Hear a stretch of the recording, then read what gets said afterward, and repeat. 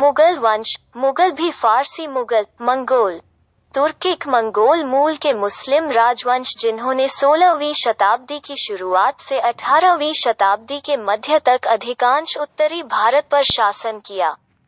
उस समय के बाद यह 19वीं शताब्दी के मध्य तक काफी कम और तेजी से शक्तिहीन इकाई के रूप में अस्तित्व में रहा। मुगल राजवंश भारत के अधिकांश हिस्सों पर 2 शताब्दियों से अधिक प्रभावी शासन के लिए उल्लेखनीय था। अपने शासकों की क्षमता के लिए, जिन्होंने 7 पीढ़ियों के माध्यम से असामान्य प्रतिभा का रिकॉर्ड बनाए रखा, और इसके प्रशासनिक संगठन के लिए।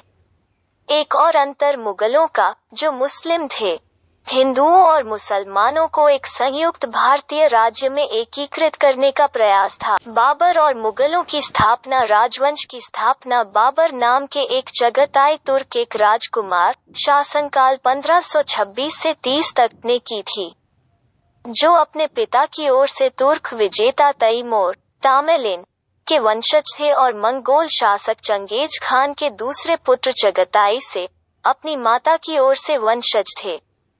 बाबर के पिता उमर शेख मिर्जा ने हिंदू कुश पर्वत श्रृंखला के उत्तर में फरगना की छोटी रियासत पर शासन किया।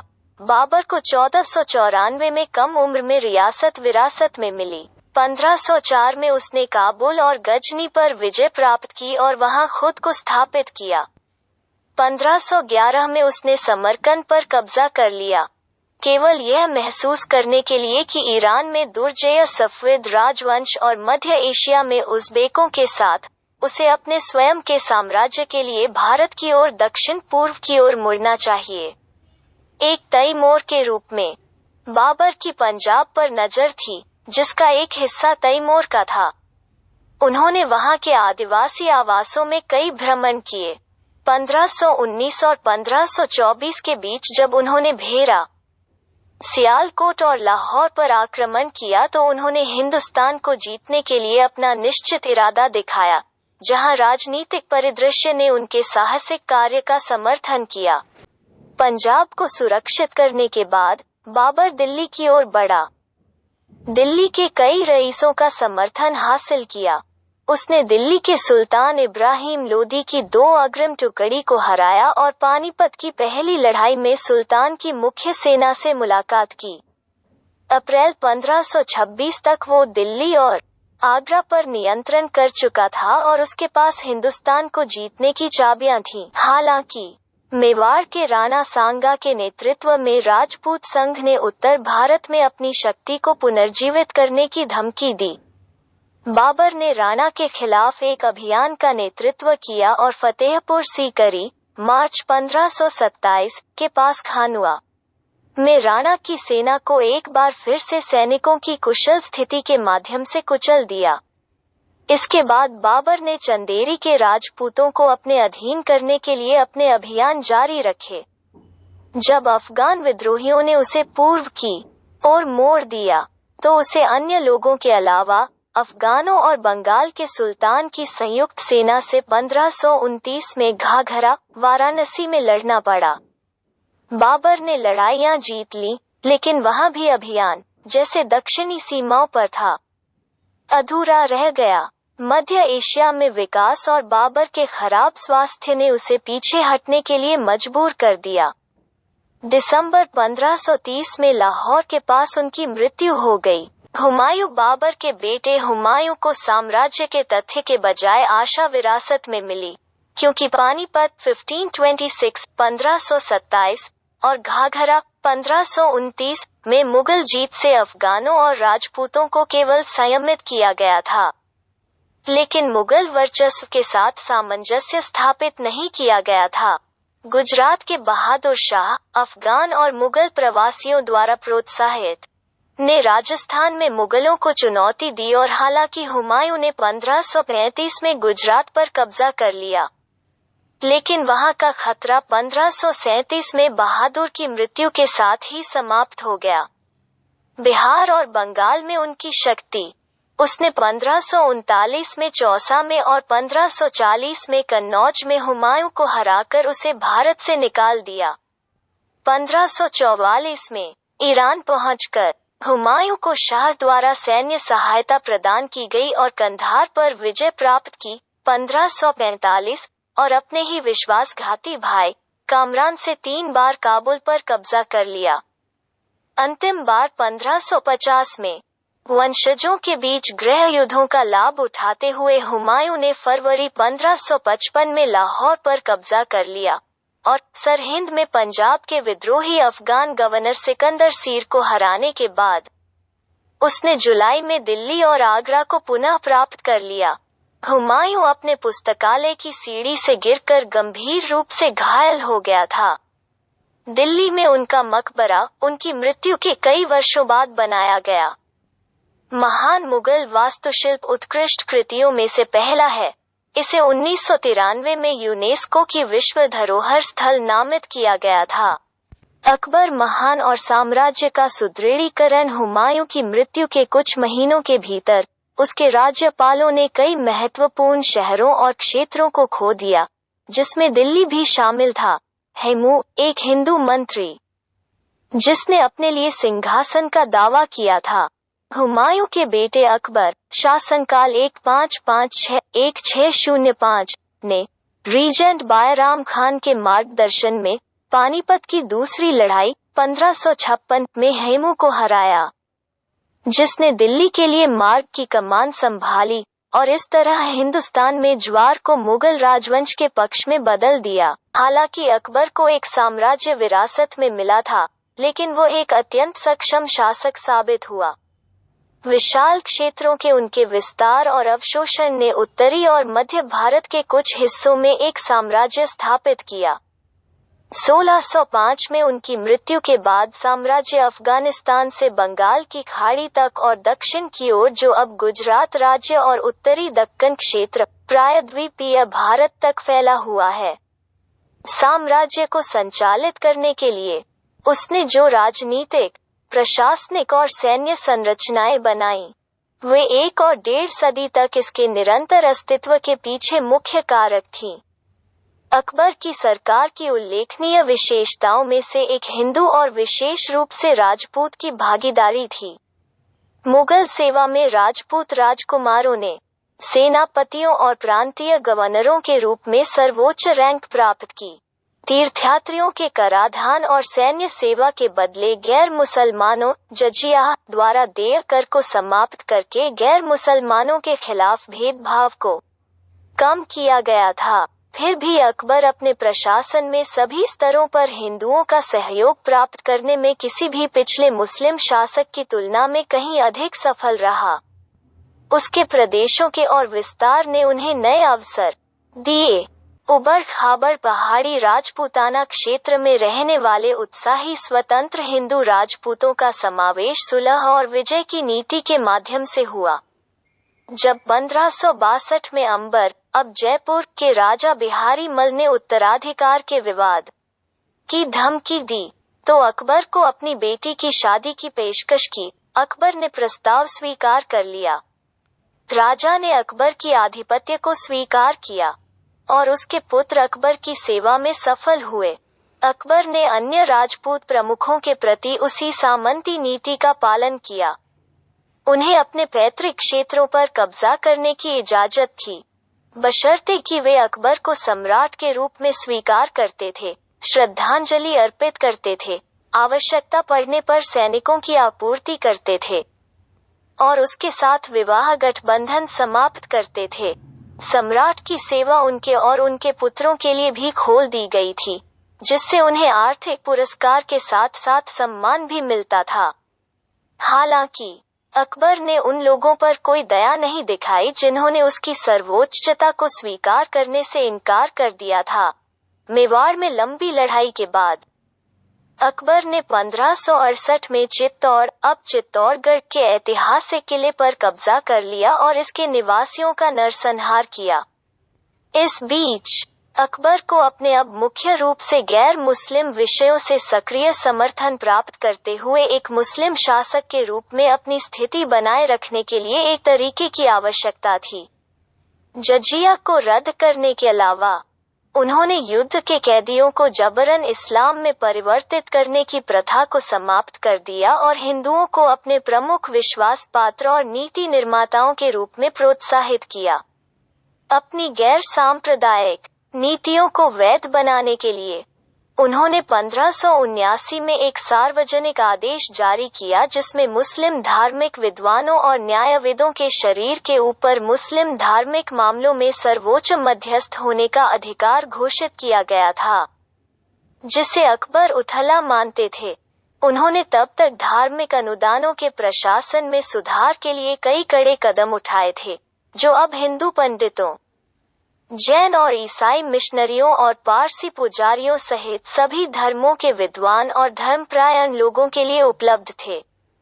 बादशाह ने दीन-ए-इलाही, दिव्य आस्था नामक एक नया आदेश बनाया, जो मुस्लिम रहस्यमय सूफी भाईचारे पर आधारित था, लेकिन राज्य की सेवा में विविध समूहों को एक एकजुट राजनीतिक बनाने के उद्देश्य से तैयार किया गया था। अकबर की सरकार की अन्य उल्लेखनीय विशेषताओं में सैन्य और नागरिक प्रशासन दोनों को सुव्यवस्थित करना शामिल था।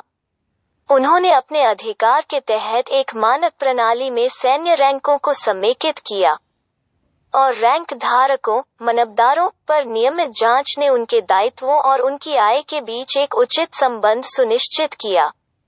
ऐसा लगता है कि उन्होंने किसानों को अत्यधिक मांगों से और राज्य को धन की हानि से बचाने के प्रयास में अधिक कुशल राजस्व मूल्यांकन और संग्रह की स्थापना की है।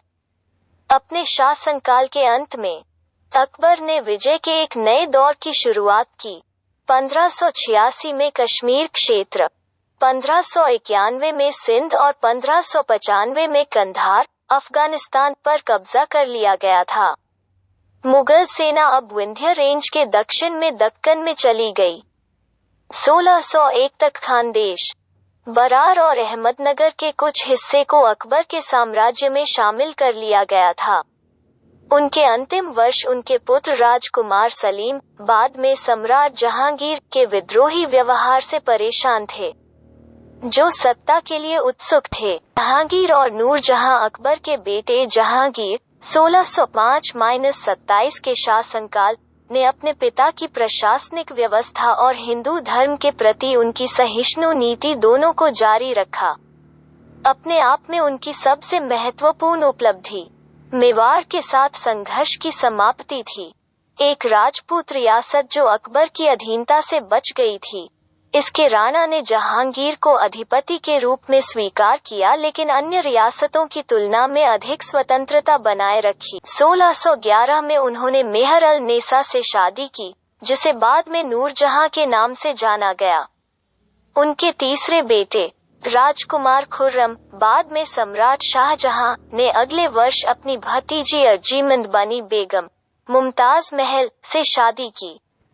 जब जहांगीर ने 1613 में दक्षिण में अभियानों को आगे बढ़ाने के लिए कई वर्षों के लिए आगरा छोड़ दिया, तो नूरजहां अपने पिता इस्तिमाद अल दावला मिर्जा गियास बेग के साथ उसके भाई सैफ खान, अर्जीमंद के पिता, और उसकी भतीजी के पति राजकुमार खुर्रम शाही दरबार में निर्णायक नहीं तो बहुत प्रभावशाली हो गए। जहांगीर के लौटने के बाद उनकी तबीयत बिगड़ गई। नूरजहां ने शासक के कई कर्तव्यों को संभाला और यहाँ तक कि उसके नाम पर फरमान, संप्रभु, जनादेश भी जारी किए। लेकिन अपने दामाद को जहांगीर के उत्तराधिकारी के रूप में व्यवस्थित करने के अपने प्रयास के बाद उसने राजकुमार खुर्रम और सफ खान का क्रोध भड़काया। जहांगीर की मृत्यु के बाद उसे अपने शेष जीवन के लिए कारावास में रखा गया था। शाहजहां राजकुमार खुर्रम सिंहासन प्राप्त करने में सफल रहे और उन्होंने शाही नाम शाहजहां 1628 से 58 तक शासन किया। उनका शासन दक्कन राज्यों के खिलाफ सफलताओं के लिए उल्लेखनीय था। 1636 तक अहमदनगर पर कब्जा कर लिया गया था और गोलकुंडा और बीजापुर, विजयपुरा को सहायक नदियां बनने के लिए मजबूर किया गया था। उत्तर पश्चिम में भी मुगल सत्ता का अस्थायी रूप से विस्तार किया गया। 1638 में कंधार के फारसी गवर्नर अली मर्दन खान ने उस किले को मुगलों को सौंप दिया। 1646 में मुगल सेना ने बदख्शां और बल्ख पर कब्जा कर लिया, लेकिन 1647 में बल्ख को छोड़ दिया गया और 1649, 1652 और 1653 में इसे फिर से जीतने के प्रयास विफल रहे। 1649 में फौसियों ने कंधार पर विजय प्राप्त की।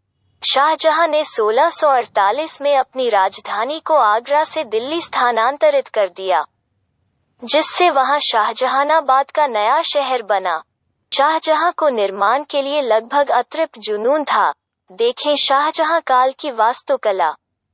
अपनी पहली राजधानी आगरा में उन्होंने दो महान मस्जिदों, मोती मस्जिद और आगरा की जामी मस्जिद, महान मस्जिद का निर्माण किया।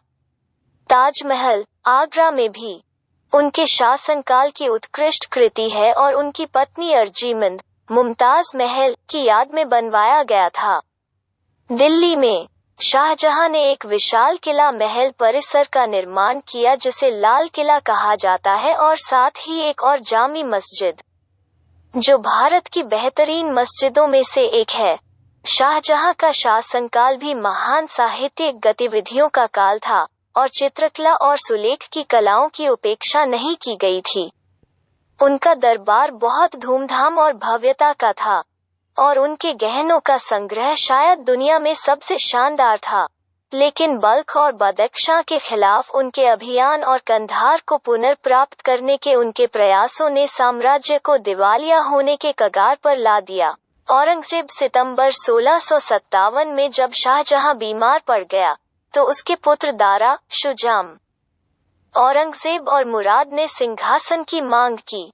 उत्तराधिकार के एक लंबे युद्ध ने औरंगजेब को एकमात्र विजेता और उसके एक भाई को मृत कर दिया, अन्य दो को मार डाला गया। औरंगजेब शासनकाल 1658-1707 ने साम्राज्य का विस्तार अपनी सबसे बड़ी सीमा तक किया, खासकर बीजापुर 1686 और गोलकुंडा 1687 के मुस्लिम दक्कन राज्यों पर कब्जा करने के बाद।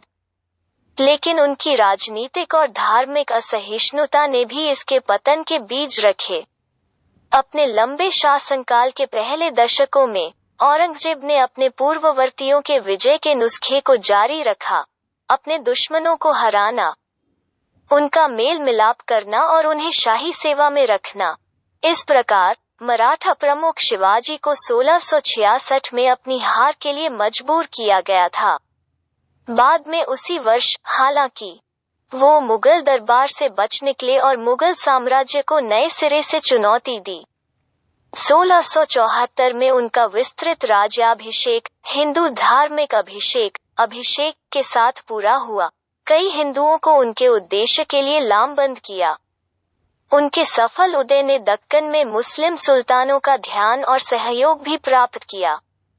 इस पहले से ही विकट चुनौती के अलावा मुगलों को कई विद्रोहों का सामना करना पड़ा और औरंगजेब का रवैया और नीति सख्त होने लगी।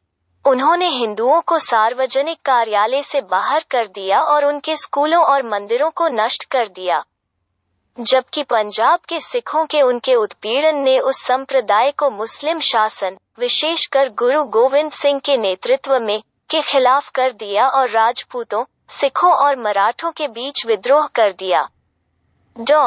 औरंगजेब द्वारा लगाए गए भारी करों, जजिया के पुनर्स्थापन सहित ने खेती की आबादी को लगातार गरीब बना दिया। मनबदारों की प्रचुर मात्रा में कमीशनिंग ने क्षेत्र या राजस्व में साम्राज्य की वृद्धि को दूर कर दिया और मुगल सरकार की गुणवत्ता में एक स्थिर गिरावट इस प्रकार मेल खाती थी।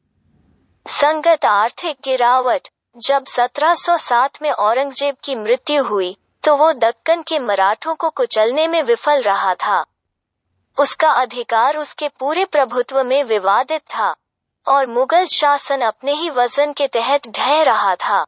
मुगल साम्राज्य का पतन औरंगजेब के उत्तराधिकारी अस्थिरता और वित्तीय संकट से त्रस्त थे। बहादुर शाह प्रथम 1707-12 के तहत विद्रोह और बाहरी चुनौतियां जारी रहीं, जिनका खराब वित्तीय प्रबंधन औरंगजेब जैसा था फारुखसियार 1713-19 उत्तराधिकार के युद्ध के बाद गद्दी पर बैठा। 2 अत्यधिक प्रभावशाली राज्यपालों द्वारा सहायता प्रदान की गई। उन्हीं एजेंटों के बाद उनका शासन समाप्त हो गया। अब उनके वजीर और मुख्य सैन्य कमांडर ने उनकी हत्या के लिए जोधपुर के शासक के साथ साजिश रची। वंशवादी केंद्र ने खुद को अधिक से अधिक कमजोर पाया और अदालत अपने राज्यपालों से राजस्व और समर्थन पर तेजी से निर्भर थी। मुहम्मद शाह 1719-48 के शासनकाल के दौरान साम्राज्य टूटना शुरू हो गया। एक प्रक्रिया वंशवादी युद्ध, गुटिया प्रतिद्वंद्विता और ईरानी विजेता नादिर शाह के 1739 में उत्तरी भारत पर संक्षिप्त लेकिन विघटनकारी आक्रमण से तेज हो गई। मुहम्मद की मृत्यु के बाद 1748 में शाह मराठों ने लगभग पूरे उत्तरी भारत पर कब्जा कर लिया। मुगल शासन केवल दिल्ली के आसपास के एक छोटे से क्षेत्र में सिमट कर रह गया, जो मराठा 1785 और फिर ब्रिटिश 1803 के नियंत्रण में चला गया। अंतिम मुगल बहादुर शाह द्वितीय शासनकाल 1837-57 को 1857-58 के भारतीय विद्रोह में शामिल होने के बाद अंग्रेजों द्वारा यांगून, म्यांमार, रंगून, बर्मा में निर्वासित कर दिया गया था।